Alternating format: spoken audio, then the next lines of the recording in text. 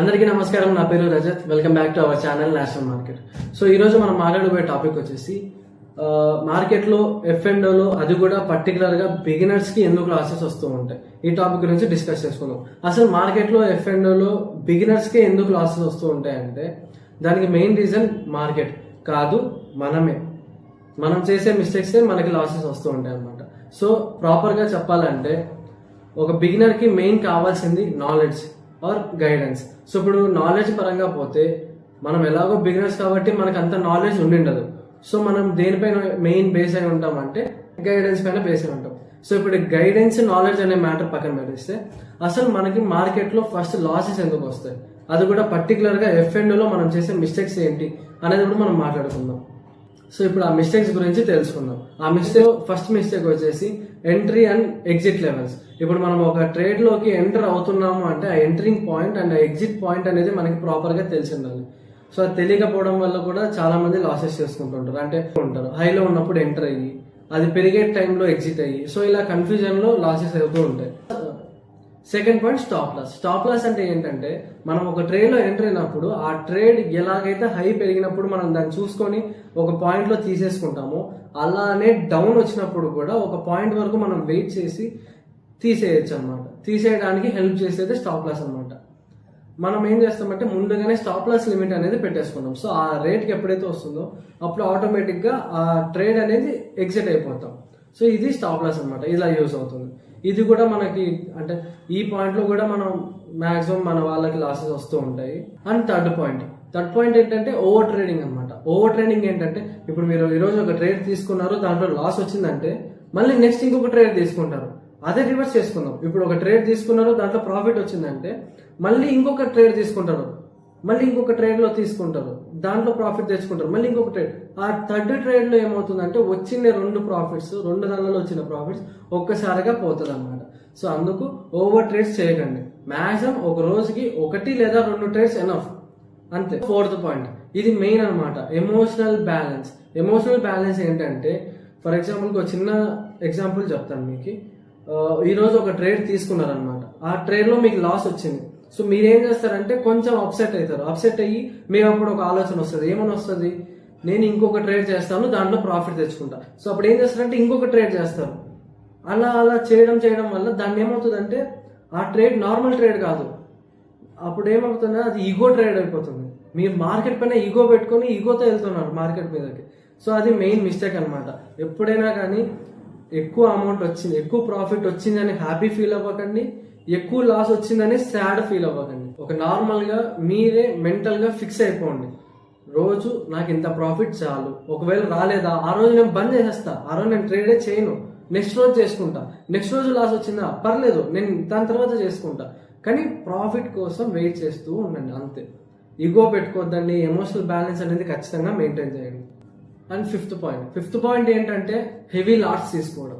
మనం beginners, so మనకి 1 లేదా 2 లాట్స్ చాలు. కానీ మన ఆలోచన ఎలా ఉంటుందంటే ఇప్పుడు ఫర్ ఎగ్జాంపుల్ కి నేను 5 లాట్లు తీసుకున్నానంటే ఆ 5 లాట్లకి నాకు ప్రాఫిట్ ఎక్కువ వస్తుంది కదా, ఒక లాట్కి నాకు ఇంత అమౌంట్ వస్తుందంటే సో ఆ లాట్స్ పెరిగే కొద్దీ ఇన్ని పాయింట్స్కి నాకు ఇంత ప్రాఫిట్ వస్తుంది కదా అనేది ఆలోచిస్తూ ఉంటామన్నమాట. సో ఆ వే ఆఫ్ థింకింగే తప్పు అనమాట. ఎందుకంటే మనం బిగినర్స్, మన దగ్గర ఉండేది చిన్న క్యాపిటల్ తీసుకొని వస్తూ ఉంటాం. సో అలాంటప్పుడు మీరు అంత అమౌంట్ రిస్క్ లో ఎందుకు పెడతారు?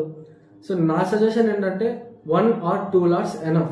1 లాట్ లేదా 2 లాట్స్ చాలు, అంతకుమించి ఎక్కువ పోకండి.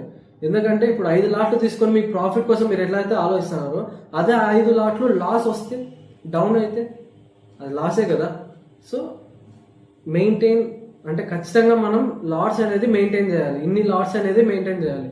నా వరకు నా సజెషన్ 1 or 2 లాట్స్ మెయింటైన్ చేస్తే చాలు. 6th పాయింట్, కొంతమంది ఏం చేస్తారంటే మనం టార్గెట్స్ అనేవి వస్తూ ఉంటాయి అనమాట. First target, second target. కొంతమంది ఏం చేస్తారంటే ఆశపోతారు. అదే నేను చెప్పినా కదా ఎమోషనల్ బ్యాలెన్స్.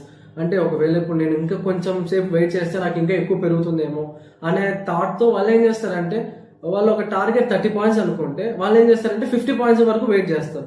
అక్కడ ఏమైపోతుందంటే ఉండే అమౌంట్ అంటే వచ్చిన ప్రాఫిట్ అమౌంట్ పోగా వాళ్ళ క్యాపిటల్ కూడా లాస్ అయ్యే ఛాన్సెస్ ఉంటాయి.